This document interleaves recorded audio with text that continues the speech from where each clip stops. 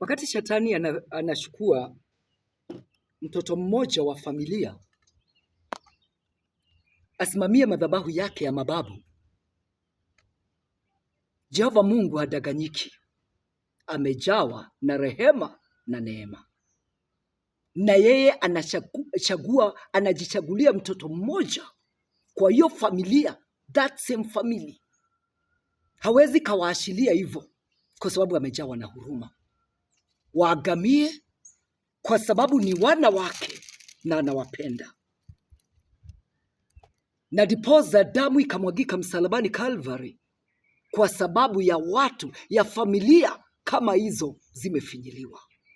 Na anasikia kilio cha kila mama, kila baba, kila sibling. Na kwa hivyo anachagua mmoja wake kwa hiyo familia, na huyo anachagua ili aokoe hiyo familia kutoka kwa utumwa wa shetani. Kuna wakati Mungu aliambia Wanaisraeli ati after 70 years, miaka 70 ya shida, atakuja kuangalia. Hata kwa familia haangalii ni kama amesahau familia, anachagua mmoja with the intention, with the agenda of saving the family. Na huyu mmoja ameshaguliwa ili asimamishe madhabahu ya Jehova, na ili pia aombe msamaha kwa ajili ya mababu wao. Kama vile Mungu alishagua Gideoni, na Gideoni akaokoa Wanaisraeli na akabomoa madhabahu ya baba yake Joash. Huyu mtoto anashaguliwa kwa hii familia akiwa a special child, a new breed of a lion, kwa hii familia with an agenda of saving this family. Na kwa hivyo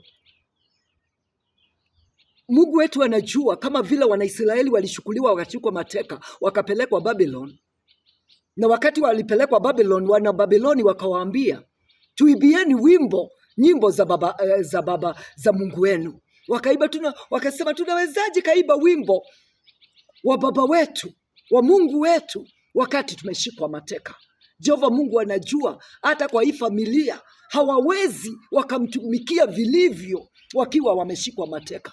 Kila siku wanaiba shida, nyimbo zao ni za shida, za kufinyiliwa, za kushikwa mateka, na kwa hivyo hawawezi wakaiba wimbo wa sifa.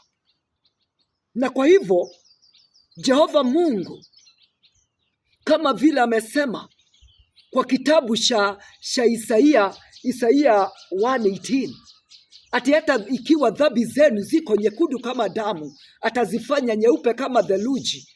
Amesema kuwa kwa kitabu cha 2 Chronicles 7:14, ati kama watu hao wangu wakijinyenyekesha, wakasali, wakanitafuta na kuacha njia zao baya, basi mimi nitawasikiza kutoka juu mbinguni, nitawasamehe dhambi yao na kuistawisha nchi yao. Kusema kuwa ataondoa dhambi za hii familia, atawasamehe dhambi za mababu. Na tukasema kuwa hata ikiwa ni yeye amesema kuwa kwa kitabu cha Exodus chapter 20 verse 5, that nitawafikishia dhambi za mababu za mababa kwa the third and fourth generation.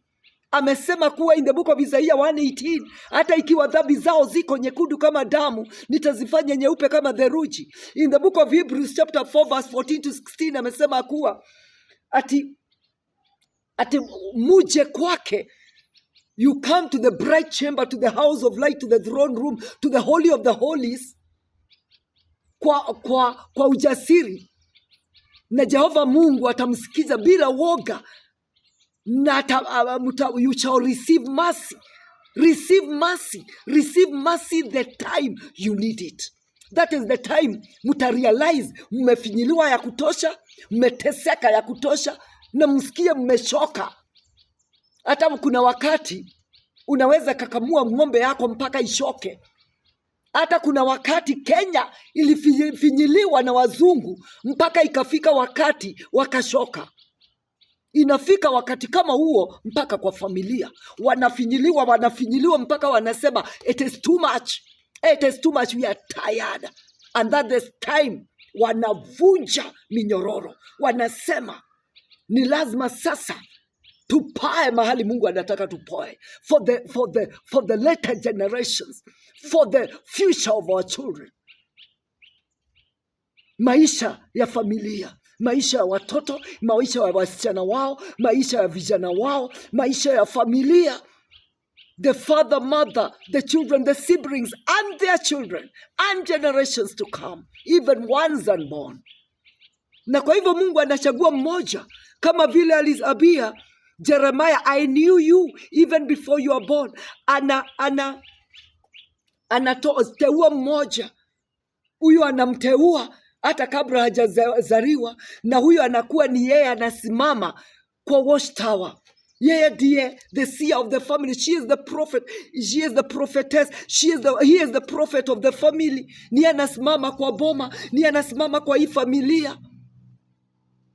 Yeye ndiye anasimama kupinga hii madhabahu, kusema everything is not all right. Hii si kawaida, we cannot live this way. Na kwa hivyo unajikuta huyo amechaguliwa, hapendwi mpaka na family. Shetani anafanya kuwe hata na disagreements in the family, anachukiwa kwa sababu anasimama kupinga madhabahu. Imekaa huko kwa miaka na miaka. Nakwambia hivi, there is a child who is going to be born. Mababu walikuwa comfortable with this altar. Babu akakuwa comfortable, baba akakuwa comfortable, mama akakuwa comfortable. Kutazaliwa mtoto mmoja atasema no way, atasema imesimamia hapa.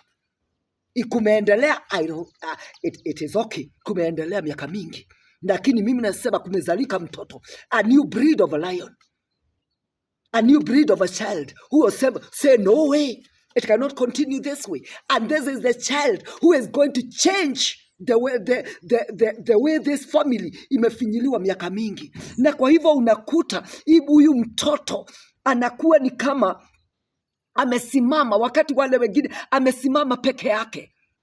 Na kwa hivyo unakuta hawaagrii mpaka na the family members. Anaonekana yeye ni kama fanatic, kwa sababu anaonekana akiwa too religious, na si kuwa too religious. Anasema this is not okay, this is not all right. Angalia familia zingine, naona vile wanaendelea, kwa nini sisi hatuendelei kama wao? Kwani tulirogwa na nani? Anauliza, something is not right. Na kwa hivyo huyo anasimama, it cannot go on this way. Na kwa hivyo huyu mtoto, kwa sababu anapinga madhabahu, imekaa miaka na miaka na miaka, na anasimama kama pioneer wa kupingana na hii, anakuwa na vita nyingi. Anasimama, ni yeye gatekeeper, ni yeye anasimamisha michale ile inagonga family, ile inagonga, ni yeye anasimama. Na yule brother ako kwa mtaro, anasema it is not okay, you cannot. Ulisoma ukamaliza, ulipelekwa university, tumekupeleka rehab. This is not normal. Kuna roho ya kichetani iko hapa. Na kwa hivyo huyu mtoto unakuta huyu mtoto ameshaguliwa, yeye ako kwa watchtower, she is the seer, ni yeye ako na macho ya kuona the future. Na kwa hivyo anasema wacheni tufunge tuombe. Yeye anasema wacheni tufunge tuombe, wacheni tutoe dhabihu, wacheni tufanye hivi, wacheni tukuwe na get together. Amejaribu miaka mingi kutengeneza get together ili washirikiane, wakuwe na fellowship, wainue madhabahu ya Jehova, lakini haijakuwa possible. Yeye amekuwa ni kama adui ya familia. Yeye anaomba sana, ni yeye hata kukiwa na fake auntie in the family, fake uncle, fake mama mdogo, mama mkubwa in the family, Yule anataka akona discerning. Mungu amempea discerning spirit. Hadanganyiki yeye. Nyinyi mnadanganyika, mnasema yeye tumeletewa nguo kutoka UK. Tumeletewa nguo kutoka wapi? Tumeletewa nini? Anasema kwanza wacha tutakaze. Huyu anaambiwa huyu sasa ni fanatic. Huyu anakuanga sijui tunatakaza mpaka chakula lazima tuombee. Hatuwezi kakunywa kapombe kidogo. Hatuwezi kamwaga chini. Anasema no, this have to stop. This has to stop. This has to stop. This has to stop. We must start for the generations to come. He is the one who is speaking change in the family. Na kwa hivyo mwili wake umejaa majeraha.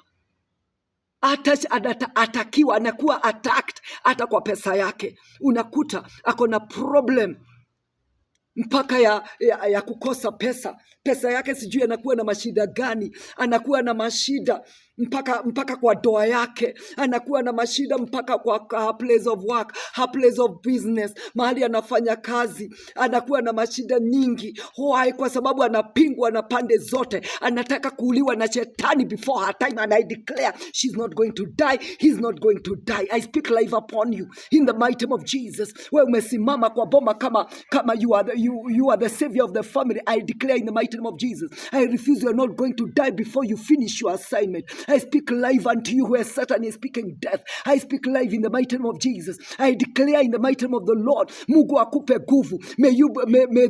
May Jehovah God Almighty feed you with the food of the champions in the mighty name of Jesus Christ. I speak fire upon your prayer altar in Jesus name. Huwe mahali shetani anaongea kifo, naongea uhai. Nakataa roho ya jeneza, nakataa roho ya matanga, nakataa roho ya kifo, nakataa roho ya kaburi juu ya maisha yako. And I declare you are covered with the blood of Jesus in the mighty name of the Father and of the Son and of the Holy Spirit. Pata ujaziri. Don't give up before you finish your assignment. You are the savior of the family in the mighty name of Jesus. If you sleep, if you give up, your family will die. Your family yako yenu itaagamia. Niwe Mungu amesimamisha kama watchman, kama gatekeeper ya that family. For it doesn't matter what you are going through, the Lord is going to fight for you. And I declare, mwishowe, you are conqueror. You are more than conqueror in Christ Jesus. You are the chosen generation, the royal priesthood, in the mighty name of the Father and of the Son and of the Holy Spirit. Amen.